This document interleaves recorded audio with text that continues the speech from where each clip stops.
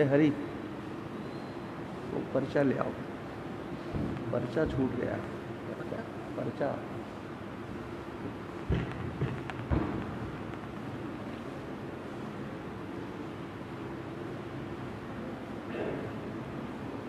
ओम नमो ब्रह्मादिभ्यो ब्रह्म विद्या संप्रदाय कर्तृभ्यो वंश ऋषिभ्यो महदिभ्यो नमो गुरुभ्यः। शंकरं शंकराचार्यं केशवं बादरायणं श्रोत्रभाष्यकृतौ वन्दे भगवन्तौ पुनः पुनः। प्रशान्तभावं शिवमद्वितीयं प्रदायकं मुक्तिमखण्डबोधं प्रणाशकं मोहमदादिदोषान् प्रणमान्तं सद्गुरुं यदि विद्याविलासेन भूतभौतिकसृष्टयः तं नौमि परमात्मानं सच्चिदानन्दविग्रहं। पार्थाय प्रतिबोधतां भगवता नारायणेन स्वयं व्यासेन ग्रथितां पुराणमुनिना मध्ये महाभारतम्। अद्वैतामृतवर्षिणीं भगवतीमष्टादशाध्यायिनीं मम्बत्वामनुसन्दधामि भगवद्गीते भवद्वेषिणीं। प्रपन्नपारिजाताय स्तोत्रवेत्रैकपाणये ज्ञानमुद्राय कृष्णाय गीतामृतदुहे नमः। श्रीमन्नारायण नारायण नारायण श्रीमन्नारायण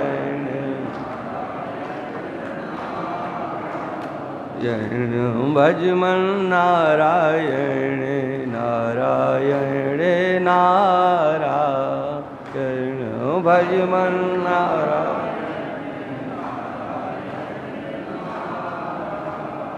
बोलिए सच्चिदानंद भगवान की।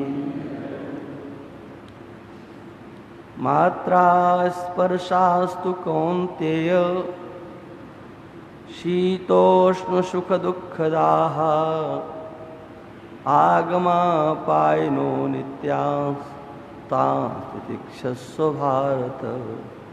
इयं हि न व्यथयन्ते ते पुरुषं पुरुषर्षभ समदुःखसुखं धीरं सोमतत्त्वाय कल्पते। ओम। समादरणीय संतवृंद, भक्तवृंद, श्रद्धामयी मातृशक्ति, जो विषय चल रहा है भगवान अर्जुन को इस शरीर से पृथक आत्म तत्व का उपदेश कर रहे हैं। वह आत्म तत्व अनादि है, अनंत है, सर्वव्यापक है। समग्र व्यवहार उसी के सत्ता से हो रहा है। जहाँ उसकी उपलब्धि होती है वह शरीर, शरीर की विकृतियाँ, उससे वो पृथक है। भगवान कहते हैं जो इसको जानता है, इस आत्म तत्व को जानता है, वो मोह को प्राप्त नहीं होता। इस आत्मज्ञान की एक परंपरा है और वो परंपरा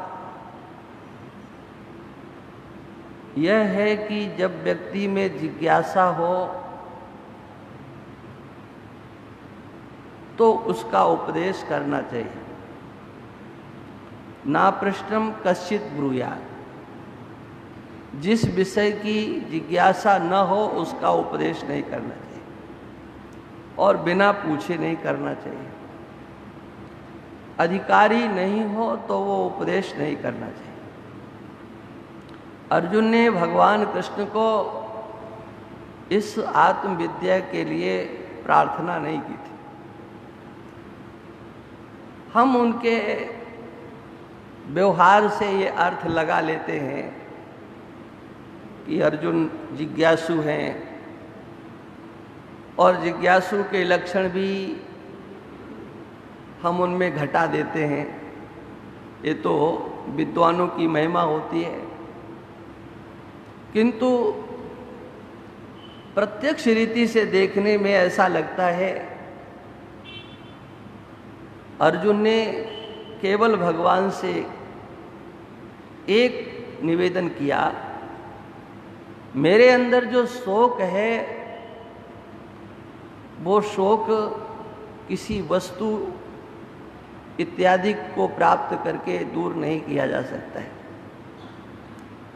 माने इससे ये सिद्ध होता है कि अर्जुन अपने हृदय में शोक का दर्शन कर रहे हैं और वो भगवान से अपेक्षा करते हैं कि शोक मिट जाए। तो उसका साधन भगवान की दृष्टि में आत्मज्ञान के सिवा और कोई दूसरा नहीं हो सकता, और इसके लिए वो उपदेश करते हैं। लेकिन उसमें अधिकारी चाहिए। मान भी लें कि अर्जुन अधिकारी हैं, लेकिन भगवान ने अर्जुन के लिए तो सुनाई नहीं है गीता। भगवत्पाद शंकराचार्य भगवान कहते हैं कि अर्जुनम निमित्तीकृत्य, अर्जुन को निमित्त बनाया है सभी संसार के मनुष्यों के लिए गीता सुनाई है, और उनके लिए गीता सुनाई है तो उन सब में योग्यता तो होनी चाहिए इसको सुनने की। योग्यता नहीं है तो वो इससे लाभ नहीं उठा सकते। भगवान ने एक नया दृष्टिकोण दिया है। यद्यपि पहले अधिकारी पर दृष्टि डाली जाती है कि अधिकारी होना चाहिए, अधिकारी होना चाहिए, तो अधिकारी होना चाहिए ये तो निश्चित बात है, लेकिन ये भी तो एक समाज सुधारकों का, आचार्यों का, गुरुजनों का, महापुरुषों का कर्तव्य बनता है कि अधिकारी ढूंढना चाहिए कि अधिकारी बनाना चाहिए।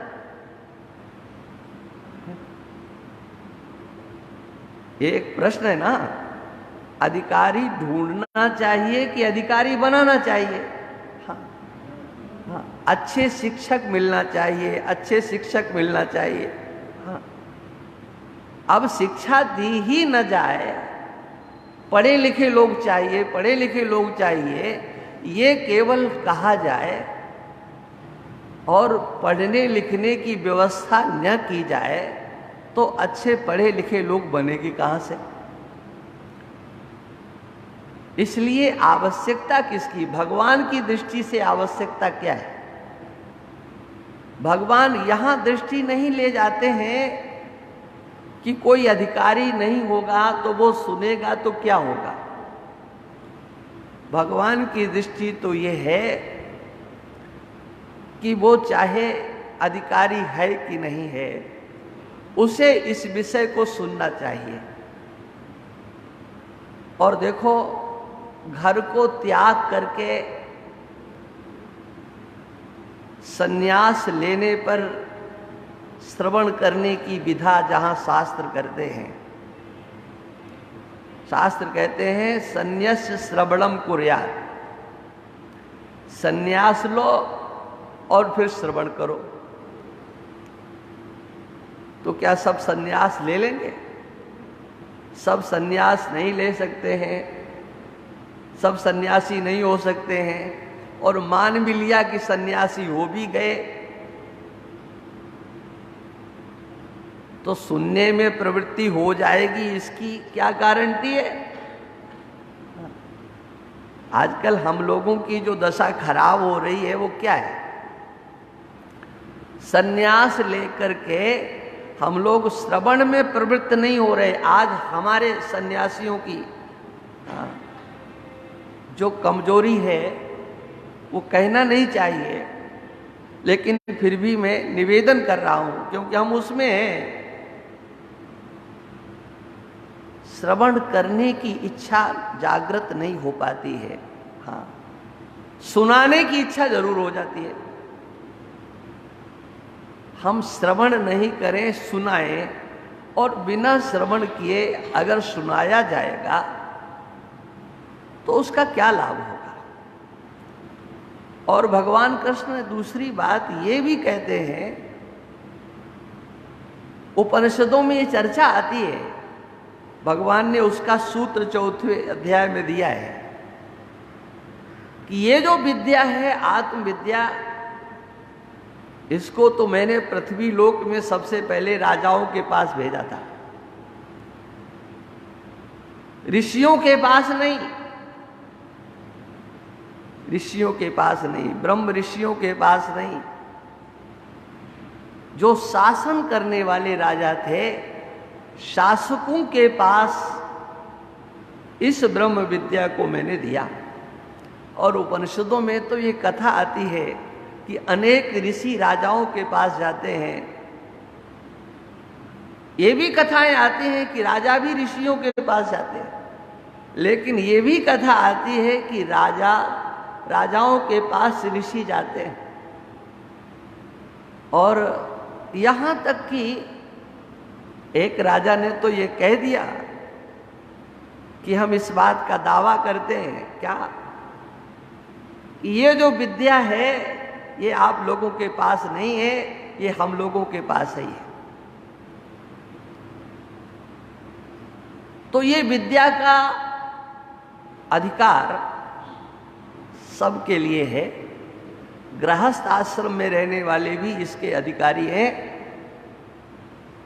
और गृहस्थ आश्रम को त्याग करके जो निकल जाते हैं वो तो उत्तम अधिकारी हैं ही।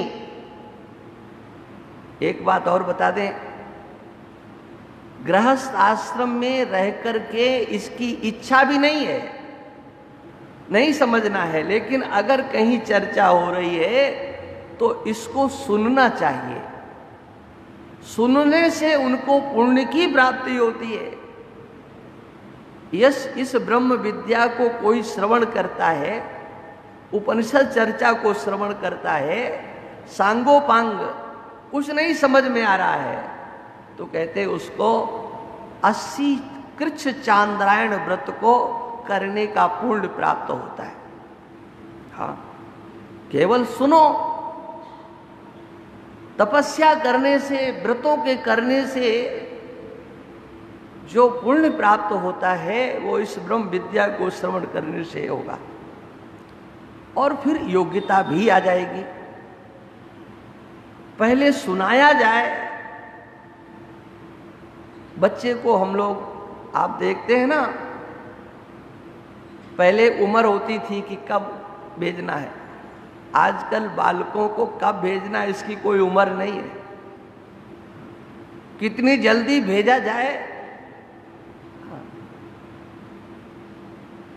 हमने देखा छोटे छोटे, बिल्कुल छोटे छोटे बच्चे, मुश्किल से 3 साल के भी नहीं हो पाते हैं, कोई तो 2 और 3 के बीच में ही, और वो बेचारे अपने माता पिता से, परिवार से 4-4, 5-5 घंटे अलग रहते हैं। तरस आता है देख करके। एक घर में एक बार हम गए भिक्षा के लिए, पहले भिक्षा करते थे, तो देखा कि एक छोटा सा बच्चा दोपहर में आ रहा है। हमने कहा ये कहाँ गया था? बोले पढ़ने गया था। फिर हम उस स्कूल में गए, देखा क्या ये पढ़ाई होती है, तो पढ़ाई के नाम पर क्या था, खिलौने डाल रखे थे, खिलौने डाल रखे थे। हाँ, उनसे पढ़ाया जा रहा होगा। क्या पढ़ाते होंगे? ये क्या है? क्या पढ़ने की, सीखने की कोई योग्यता वहां पर थी जो बच्चों को दिया जाता है? नहीं, कहते इससे अभ्यास पड़ेगा, इससे योग्य बनेंगे, घर से बाहर जाने की आदत पड़ेगी, अनेक प्रकार के अच्छे अच्छे आप तर्क दे देते हो। इसी प्रकार से ये जो भगवत गीता है, इसके संबंध में भी यही कहा जा सकता है। भगवान ने सबसे पहले इस आत्मज्ञान का उपदेश जो अर्जुन को दिया, तो उसके पहले अधिकारी का निरूपण करना चाहिए था, लेकिन वो नहीं करते। किंतु भगवान करते भी हैं, विस्तार से नहीं करते हैं, संक्षेप से उनका वर्णन करते हैं और उन अधिकारों में भी, उनके लक्षणों में भी एक विशेष लक्षण लेकर के भगवान आते हैं। विवेक, वैराग्य, सच संपत्ति और मुमुक्षुता। अधिकारी के अंदर ये चार चाहिए। विवेक हो, सत असत का जिसने विवेक कर लिया हो, वैराग्य हो, सट संपत्ति हो और मुमुक्षुता हो। मुमुक्षुता माने मुक्त होने की इच्छा हो। हमारे महापुरुष तो ऐसा भी कहते हैं कि अगर मुमुक्षुता भी किसी के अंदर है, मुक्त होने की इच्छा, इसको मुमुक्षुता कहते हैं। हम मुक्त हो जाएं, हमें पुनः जन्म की प्राप्ति न हो, शरीर की प्राप्ति न हो, परमानंद स्वरूप परमात्मा की प्राप्ति हो जाए, ऐसी जो इच्छा है उसका नाम मुमुक्षुता है। तो देखो, सत्संगियों को ये तो ज्ञान होता है कि ये ठीक नहीं है, जन्म मृत्यु का प्रवाह, इससे मुक्त हो जाए, और वो ये भी चाहते हैं कि परमानंद स्वरूप परमात्मा की प्राप्ति हो। उसका नाम वो कुछ भी रख सकते हैं,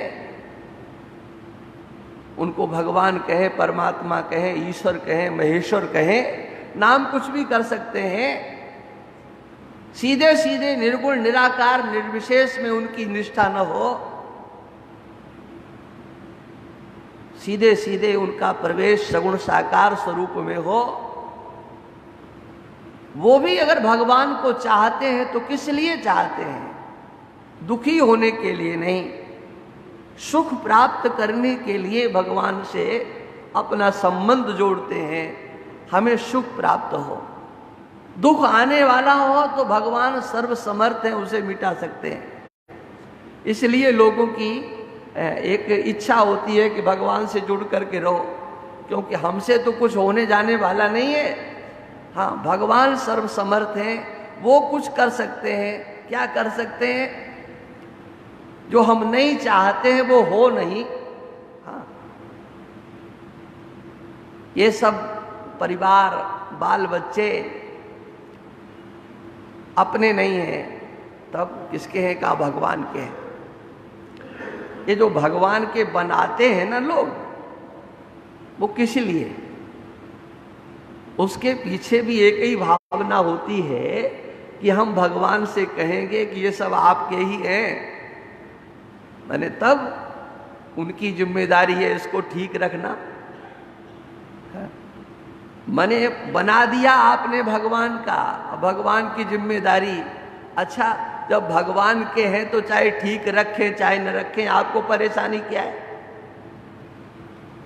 हाँ, लेकिन आप सही तरीके से भगवान का नहीं बनाना चाहते हो ना। अंदर से तो अपने, ऊपर से भगवान के।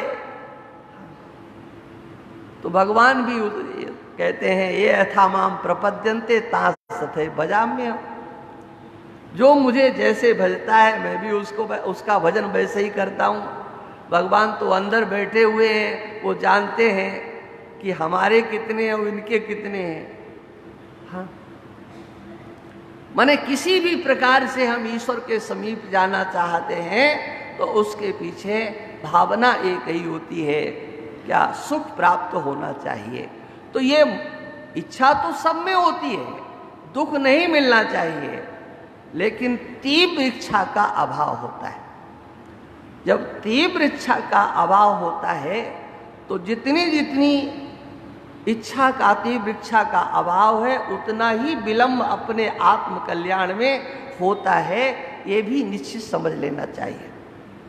इसलिए महापुरुष कहते हैं कि मुमुक्षुता हो तो उसके पीछे पीछे सारे साधन अपने आप आ जाते हैं।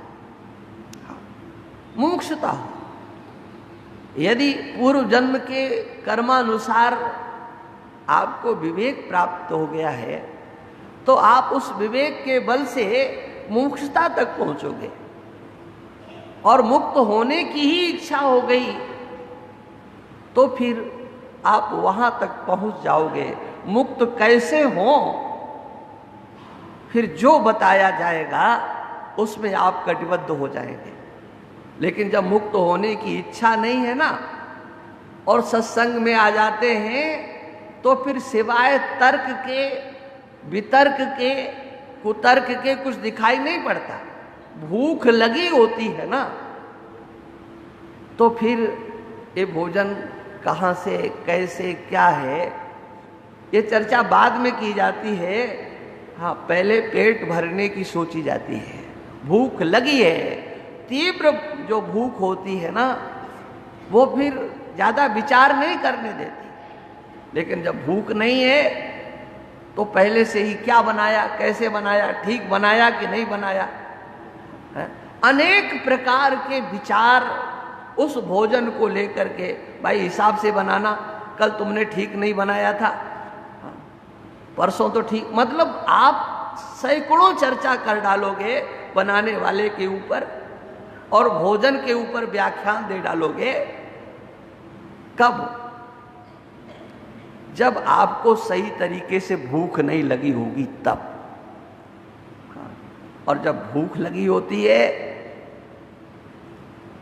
तो बस और कुछ नहीं दिखाई पड़ता है। किसी तरह से ये क्षुधा शांत हो जाए, भूख शांत हो जाए, इसको मुमुक्षुता कहते हैं।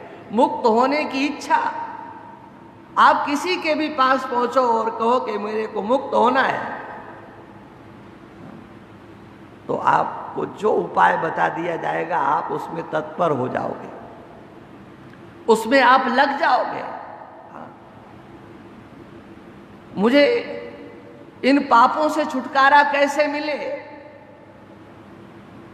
और उस समय पर आप अपने पापों को लेकर के अगर किसी के पास जाएं और उसे जो बता दिया जाए उसी में आप प्रवृत्त हो जाएंगे। वाल्मीकि जी पहले जो करते थे आपको पता है, महात्माओं ने उन्हें ब्रह्म ज्ञान का उपदेश नहीं दिया कि तुम पाप से मुक्त होना चाहते हो तो आओ हम तुम्हें ब्रह्म ज्ञान देते हैं, क्योंकि वो समझ रहे थे उसको ये समझ ही नहीं सकता। तो कहा देखो तुम अपने पापों से छुटकारा चाहते हो तो राम राम करो। उन्होंने ऋषियों से यही कहा कि महाराज अभी तक हमने पाप के सिवा कुछ किया नहीं है और आज हमें पता लगा कि संसार के लोग तो एक नंबर के धोखेबाज हैं। ये तो केवल संपत्ति के भूखे हैं, कमाई के भूखे हैं। हमारे द्वारा किए गए पाप, इनमें तो कोई रत्ती भर कोई हिस्सा नहीं लेना चाहता। ये तो हमको अकेले ही भोगना पड़ेगा। हाँ, तो ऋषियों ने कहा हाँ अकेले ही भोगना पड़ेगा। तो अकेले भोगना पड़ेगा तो छुटकारा नहीं हो सकता क्या? क्या हो क्यों नहीं सकता है? उपाय बताओ। तो देखो वो सभी ऋषि ज्ञानी थे, तत्ववेत्ता थे, लेकिन उन्होंने कहा कि तुम राम राम जपो। अब ये उपदेश भी तो दिया जा सकता था, क्योंकि उसके अंदर भी शोक था, वो भी दुखी था, पश्चाताप कर रहा था। ओहो मैंने जिनके लिए इतना सब कुछ किया, उनकी दृष्टि तो अच्छी नहीं है। तो ऋषियों ने जब बताया राम राम करो, तो उसने कहा कि आपने उपाय तो ठीक बताया है, लेकिन ये तो निकलता ही नहीं है। अब सोचो, राम राम निकलना, आजकल तो लोग रट लगाए रहते हैं, कितना बोलते हैं, मेरी समझ में नहीं आता कितना करते होंगे, जब लाखों कर लेते होंगे एक एक दिन में। ये भगवान का नाम जो निकलना है ना, ये भी सरल नहीं है। भगवान के भजन में मन लगना, ये भी कोई छोटी बात नहीं है, ये बहुत बड़ी बात है। हाँ। भजन भी बहुत लोग करना चाहते हैं, लेकिन सबका मन नहीं लगता है। क्यों नहीं लगता? कारण क्या है? और कारण वही है जो उन ऋषियों ने देखा कि ये भजन क्यों नहीं, राम राम क्यों नहीं कर पा रहा है। और भगवान कृष्ण ने इसी भगवत गीता में 7वें अध्याय में स्पष्ट कर दिया है।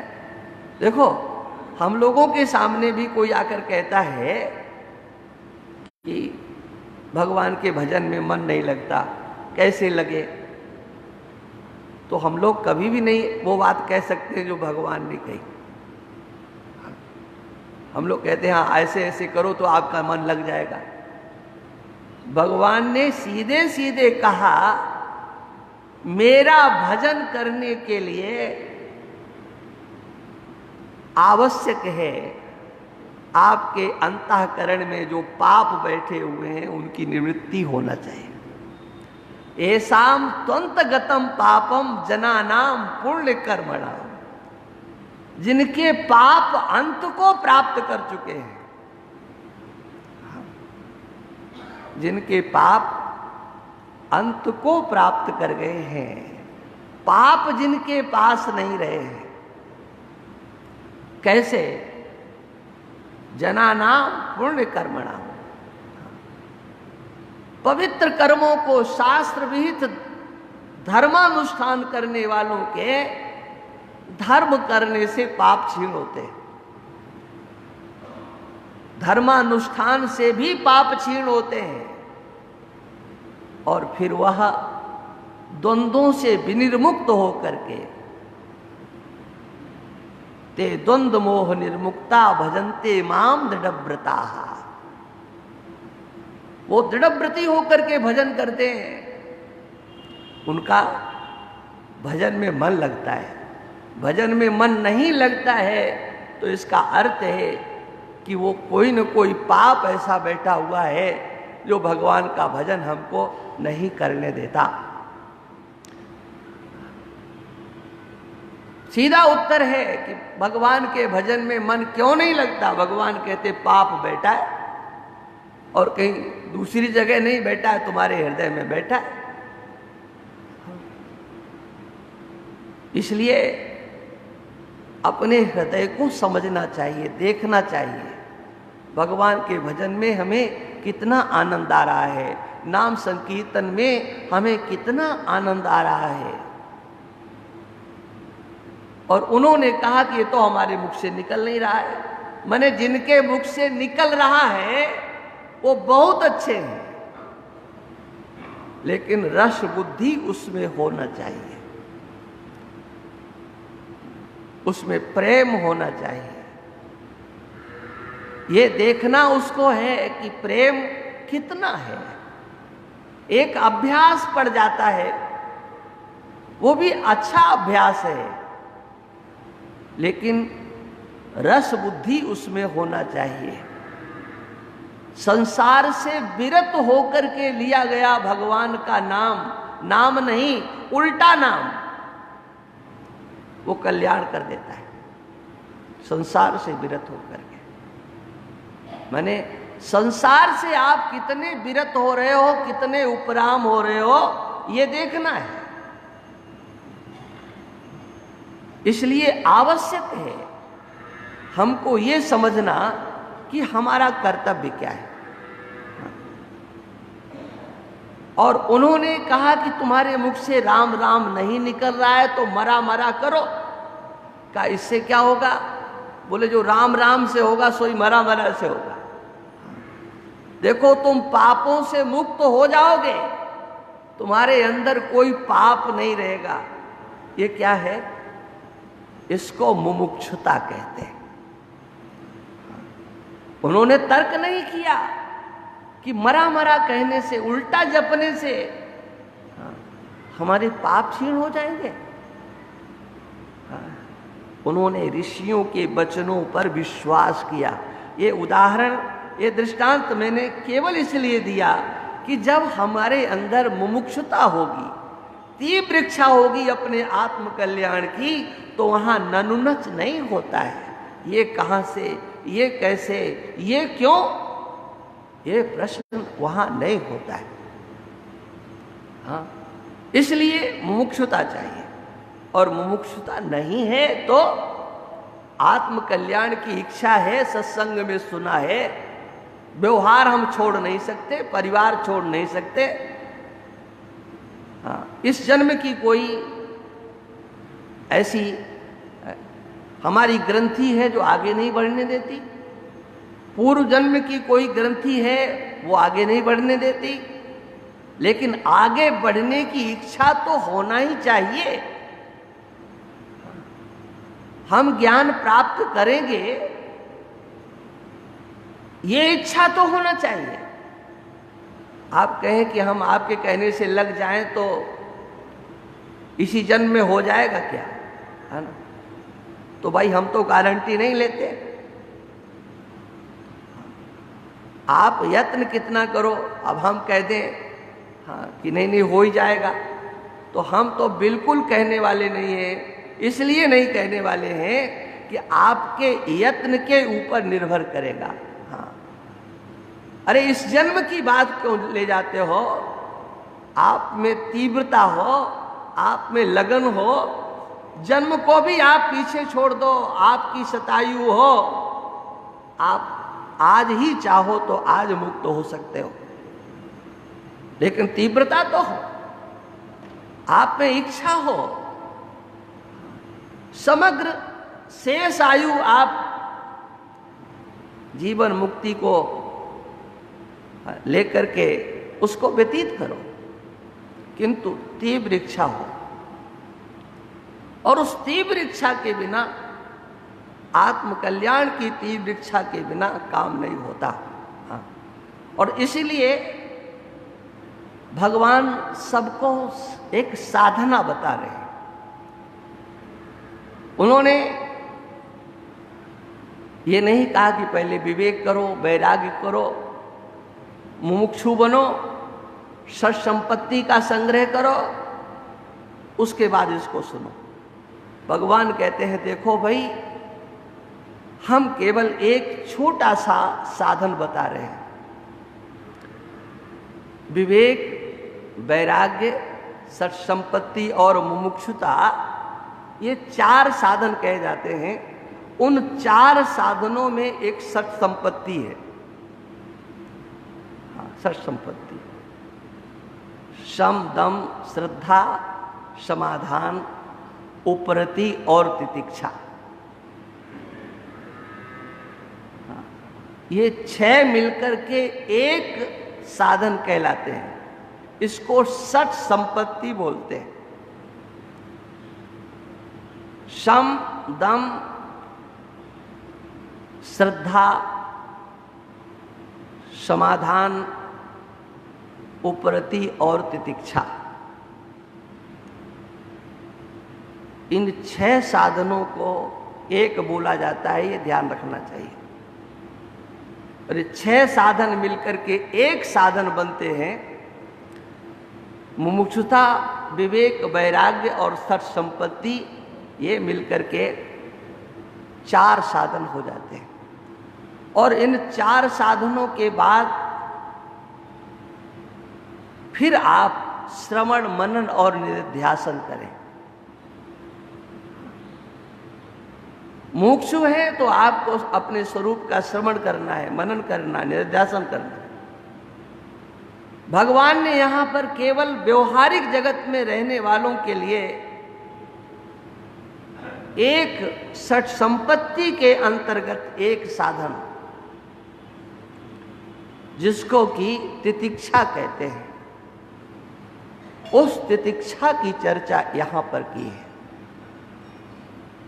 हमको तितिक्षु बनना है और कोई साधन हमारे पास नहीं है, विवेक नहीं है, वैराग्य नहीं है, मोक्षता भी नहीं है, और उस सत संपत्ति में भी और नहीं तो कम से कम तितिक्षा तो होनी चाहिए। यहां पर भगवान उस तितिक्षा की महिमा गा रहे हैं और भगवान कहते हैं कि यदि तुम्हारे अंदर तितिक्षा आ जाएगी तो समझ लो उस अमृतत्व को प्राप्त करने की योग्यता आपके अंदर आ जाएगी। यदि तितिक्षा आ जाएगी, सो मृतत्वाय कल्पते, वो तितिक्षा यद्यपि होती है लेकिन संसार को लेकर के होती है। तितिक्षा का अर्थ है सहन शक्ति, कष्ट।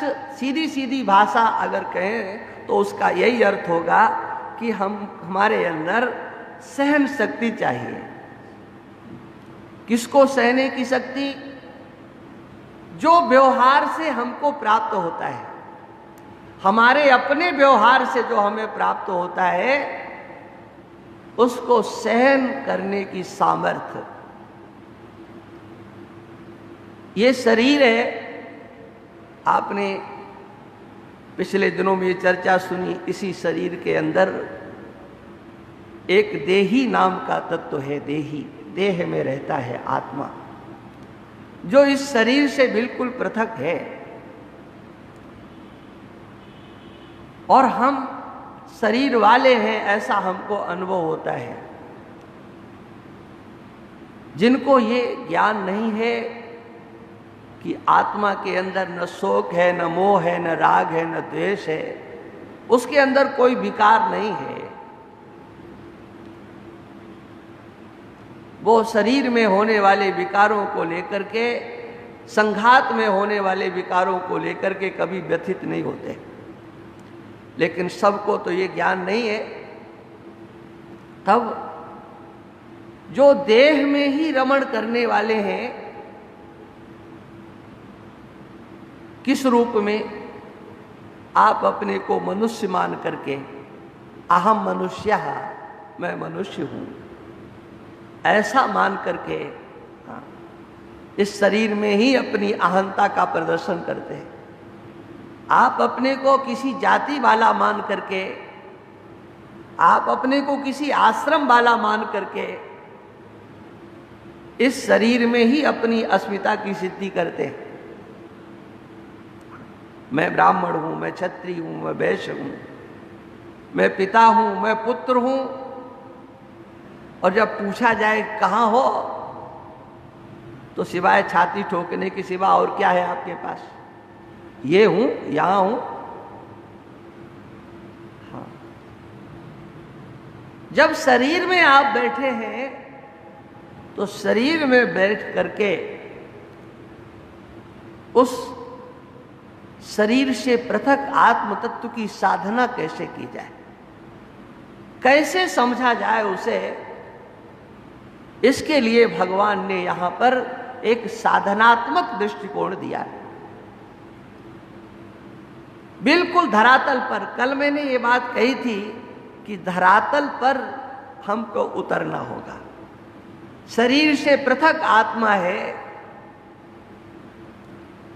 ये जान लेने से मात्र काम नहीं चलेगा। व्यवहार में हमको आना होगा। माने ये ज्ञान हमारे व्यवहार में आना चाहिए। व्यवहार में अगर आ जाता है तो आप सिद्ध हो जाएंगे, और व्यवहार में नहीं आया है तो लाने का प्रयत्न करना है। कैसे? व्यवहार को छोड़ करके नहीं, समग्र व्यवहार को करते हुए जो व्यवहार लोक रीति से हमें प्राप्त है, समाज से जो व्यवहार प्राप्त है कर्तव्य के नाम पर, शास्त्र से जो हमें प्राप्त है व्यवहार कर्तव्य के नाम पर, ये समग्र जो व्यवहार है ये कर्तव्य को आगे करके ही चलता है। और कर्तव्य किसके ऊपर लागू होता है? आप अपना कर्तव्य समझते हो कि नहीं? नहीं समझते हो तो बताओ आपके ऊपर कर्तव्य लागू कैसे होगा? हाँ बोले हम तो नहीं समझते हैं, लेकिन इससे आप बच नहीं सकते हो, क्योंकि ये कर्तव्य का ज्ञान लोक दृष्टि से देख देख करके आपके अंदर बहुत कुछ आ जाता है। आपके अंदर एक इच्छा तो बैठी होती है, कर्तव्य का ज्ञान तो आपको नहीं है, लेकिन एक इच्छा तो बैठी होती है, क्या? सबके द्वारा अच्छा व्यवहार होना चाहिए, है? ये तो आपकी इच्छा है ही। तो सबके द्वारा अच्छा व्यवहार करना ये सबका कर्तव्य हो गया कि नहीं? सब आपके साथ अच्छा व्यवहार करें, ये क्या हुआ? सबका कर्तव्य हो गया कि सब आपके साथ अच्छा व्यवहार करें। हाँ, तो बताओ आपको कर्तव्य का ज्ञान हुआ कि नहीं हुआ? है? आपको कर्तव्य का ज्ञान क्यों? आपसे पूछा जाए कि सबसे आप अपेक्षा करते हो कि सब अच्छा व्यवहार करें, सब लोग अब अच्छे कर्तव्य का पालन करें, तो आप कृपा करके बताओ कि अच्छा क्या है? तो क्या आप बता पाएंगे? दावे से जितना संसार में अच्छा है जिसे तुम चाहते हो वो सबकी लिस्ट रख दोगे, ये अच्छा है, माने उस अच्छे की भी जानकारी आपके पास है। हाँ। और अच्छा व्यवहार आप चाहते किस लिए हो? सुखी होने के लिए कि दुखी होने के लिए? बस कितना ही लंबा चक्कर लगा लो, लौट करके वहीं आ जाओगे। हाँ। आपकी जो कर्तव्य भूमि है, आपकी जो क्रियाशीलता है, दूसरों से जो अपेक्षा करती है कि इनकी क्रिया, इनका व्यवहार अच्छा हो हमारे लिए, किस लिए? सुखी करने के लिए। दूसरों का व्यवहार आप अच्छा चाहते हो सुखी करने के लिए। हाँ,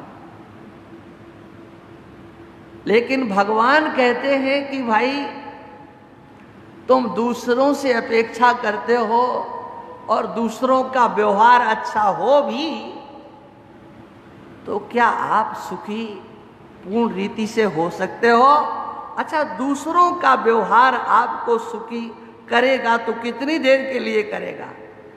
ये भी जरा विचार करो। भगवान कहते हैं ये कहानी तो आप बहुत लंबी ले जा सकते हो, लेकिन भाई कहीं दूर मत जाओ। ये सुखी और दुखी होना, ये तो तुम्हारे पास साधन है, उनसे तुम सुखी और दुखी होते हो। दूसरा कोई तुम्हें सुखी करेगा, दूसरा कोई तुम्हें दुखी करेगा, ये तो तुम्हारी मान्यता है। सुखी और दुखी होने की सामग्री तो तुम्हारे पास है, और वो कहाँ है? तो भगवान इसी शरीर की ओर दृष्टि डालते हैं।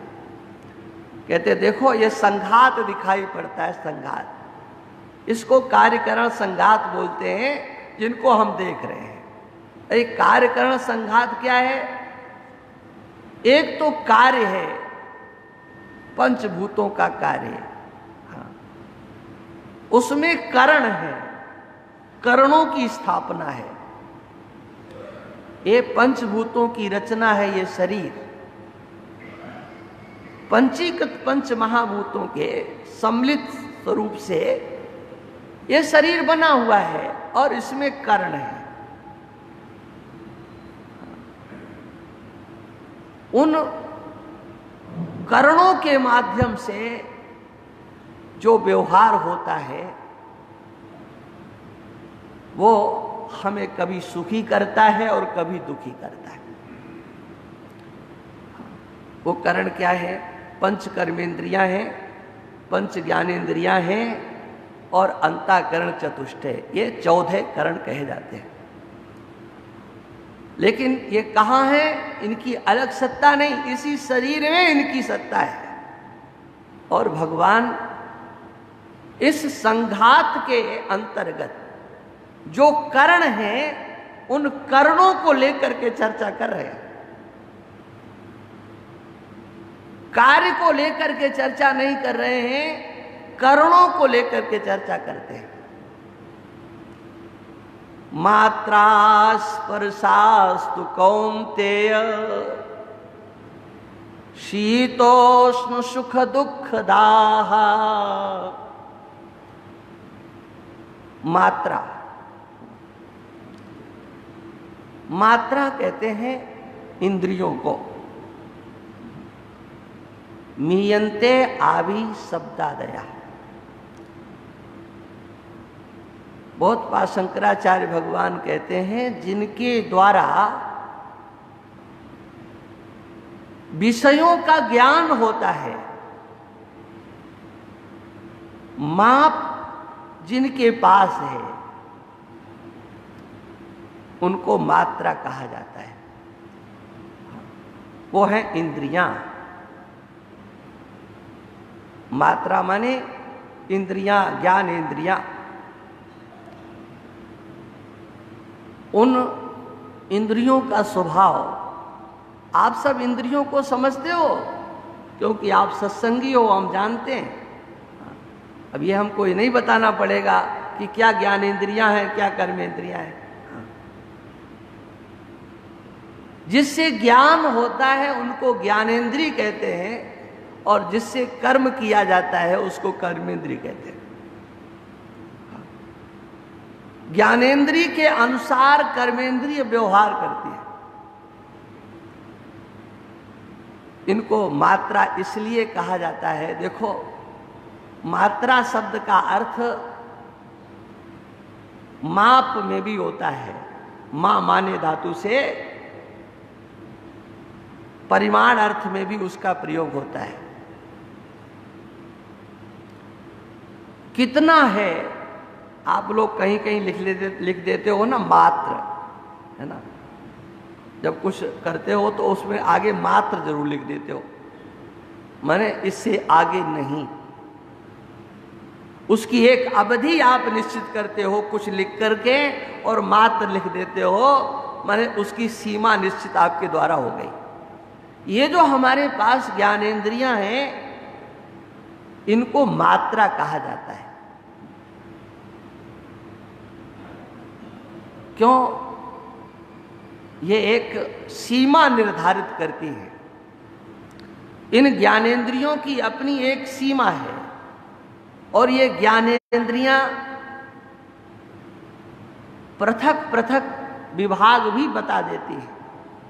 पृथकीकरण करना भी यह ज्ञानेंद्रियों का काम है। 5 विषय हैं, शब्द, स्पर्श, रूप, रस, गंध। ये पांचों अलग अलग हैं और इनकी अपनी अलग अलग महिमा भी है। शब्द है उसको श्रोतेंद्रिय से ही सुना जा सकता है। शब्द का ज्ञान और किसी इंद्रिय से नहीं हो सकता। उस शब्द का ज्ञान कराने वाली श्रोतेंद्रिय है, उसको कहीं जाना नहीं पड़ता है। इसमें भी कहीं कहीं पर 2 मत दिखाई पड़ते हैं, लेकिन विचार करने पर वही मत उचित लगता है कि श्रोतेंद्रिय अपने स्थान का त्याग नहीं करती, शब्द ही उसके पास में आता है। और केवल शब्द मात्र उसके पास आता है। शब्द कहां से आया है इसका साक्षात्कार उसे नहीं होता है। इसलिए पहले आप लोग सुनते होंगे, अब तो शायद वो बंद ही हो चुके होंगे, घर में जो रेडियो होते थे तो जब समाचार आता था तो उसमें पहली लाइन आती थी, ये आकाशवाणी है। आकाशवाणी का मतलब कहां से हम बोल रहे हैं तुमको दिखाई नहीं पड़ेगा, सुनाई जरूर पड़ेगा। क्यों उसको आकाशवाणी क्यों कहा जाता? अरे शब्द की जो उत्पत्ति है वो आकाश से ही है। शब्द की उत्पत्ति का स्थान आकाश है। शब्द गुणकम आकाशम, ऐसा हमारे नैयायिक लोग कहते हैं। आकाश किसको कहें? जो शब्द गुण वाला है उसको आकाश कहेंगे। तो शब्द गुण वाले आकाश से उत्पन्न जो श्रोतेंद्री है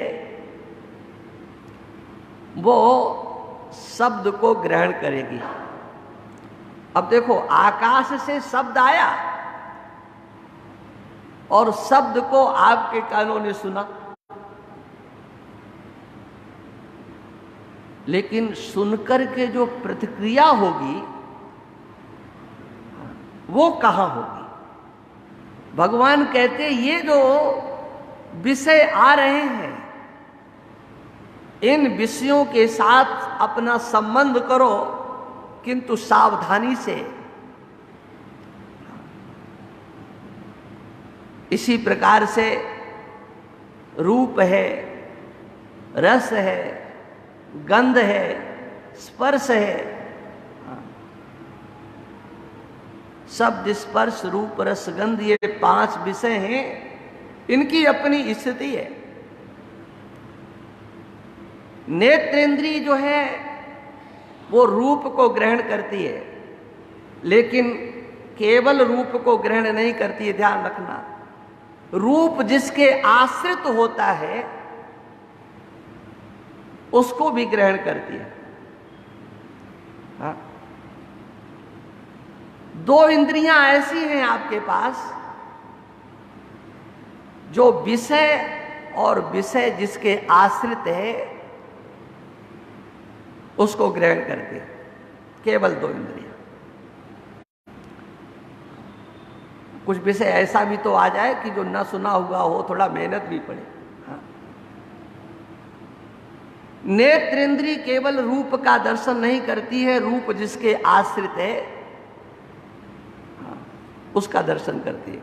जैसे ये चित्र बने हुए हैं, हाँ, अब चित्रों का दर्शन करेंगे तो दीवार दिखेगी कि नहीं? हाँ, जिसके आश्रित चित्र है। हाँ, कहा कि ये सांवला है, ये गोरा है, ये काला है। तो गोरा, काला, सांवला ये कहाँ दिख रहे हैं? कहीं दिख रहे हैं कि नहीं? माने जिसके आश्रित वो रूप है उस वस्तु को भी ग्रहण करती है। रूप द्रव्य के आश्रित होता है, द्रव्य को भी ग्रहण करती है हमारी नेत्रेंद्रिय और रूप को भी ग्रहण करती है।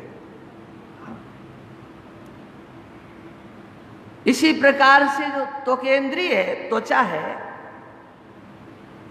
ये भी अपना कार्य करती है। तो त्वचा से जो उसका विषय है स्पर्श ग्रहण किया जाएगा, लेकिन वह किसके आश्रित है उसको भी ग्रहण करेगी। माने त्वगेंद्री की महिमा देखो, आप लोगों को अनेक बार का अनुभव होगा। आप जूता पहनते हो, चप्पल पहनते हो, अंधेरे में जूता चप्पल पहने हुए आपके उस पैर के नीचे जो आ जाता है उसका ज्ञान आपको होता है। किसके द्वारा? उस त्वगेंद्री के द्वारा। वो त्वगेंद्री उस जूते के परत को चीर करके वहां तक पहुंच जाती है। और मुलायम है या कठोर है, ये उसका कार्य होता है। उसमें संवेदन होते हैं। आपकी त्वचा है, उस त्वचा में अगर कोई सुई लगाता है तो संवेदना होती है, उसका ज्ञान होता है। लेकिन उसी त्वचा को शून्य कर दिया जाता है। हाँ, ये डॉक्टर लोग जो शून्य करते हैं ऑपरेशन करते समय, तो किसको करते हैं? ये त्वगेंद्री को शून्य करते हैं। और ये त्वगेंद्री है ना, ये सर्वत्र आपके शरीर में व्याप्त है, सर्वत्र व्याप्त है, सर्वत्र इसकी सत्ता है। और इसकी सत्ता के साथ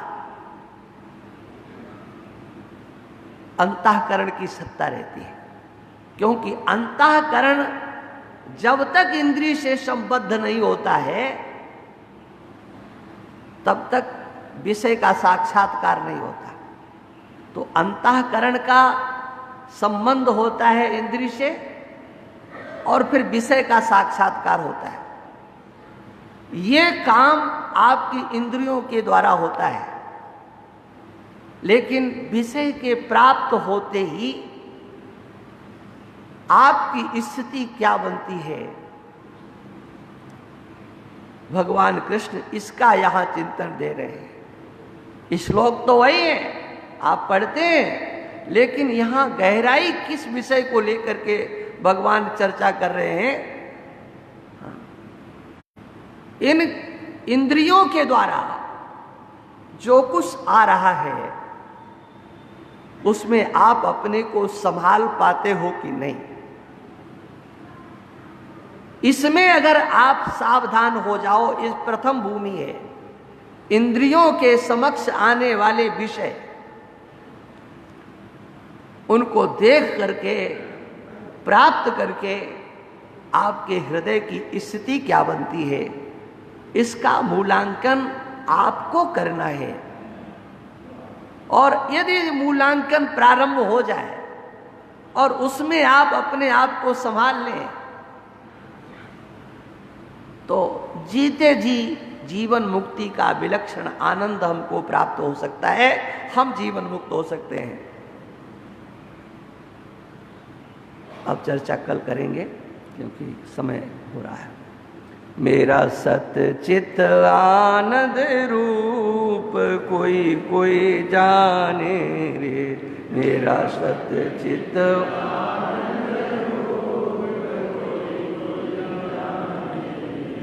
मेरा सत चित आनंद रूप कोई कोई जाने रे, मेरा सत चित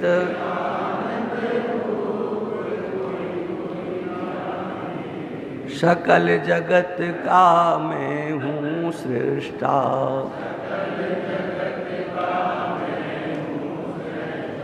देह तीन का मैं हूँ दृष्टा,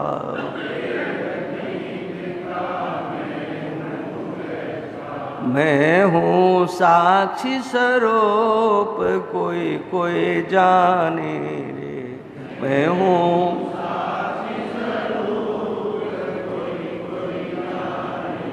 हे मेरा सत्य चित आनंद रूप कोई कोई जाने रे, मेरा सत्य चित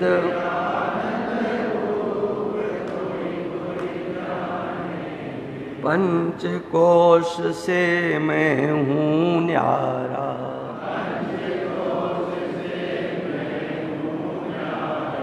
तीन अवस्था जानन हारा,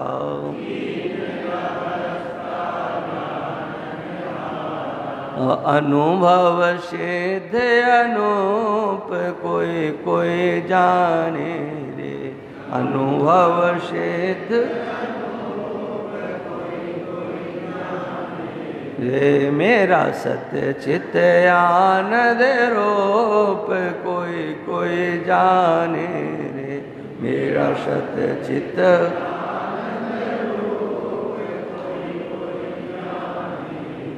जन्म मरण मेरा धर्म नहीं है,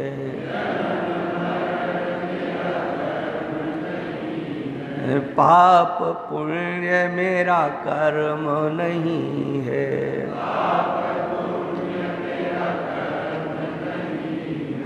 मैं हूँ सत्य स्वरूप कोई कोई जाने रे मैं हूँ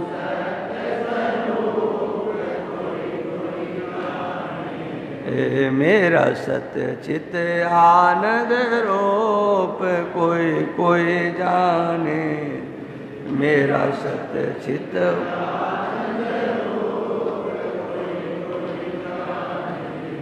सूर्य चंद्र में तेज है मेरा,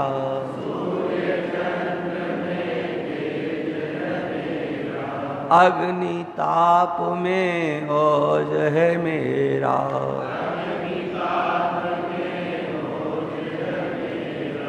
मैं हूँ ज्योति स्वरूप कोई कोई जाने रे मैं हूँ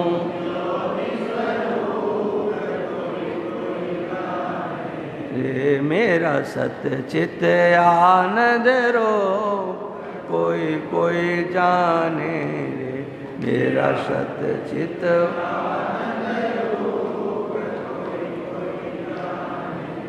तीन लोक का मैं हूँ स्वामी,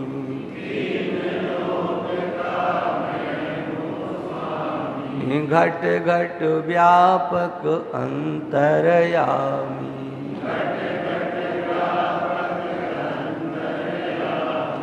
जो माला में श्रोत कोई कोई जाने रे जो माला में रे मेरा सत्य चित आनंद रामेश्वर निज रूप पहचानो,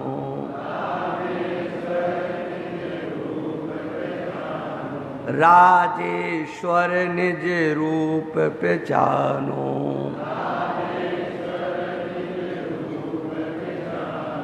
जीव ब्रह्म में भेद न मानो,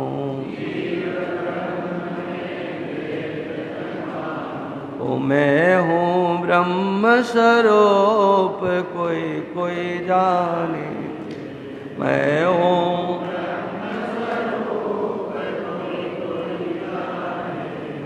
मेरा सत्य चित आनंद रूप कोई कोई जाने मेरा सत्य चित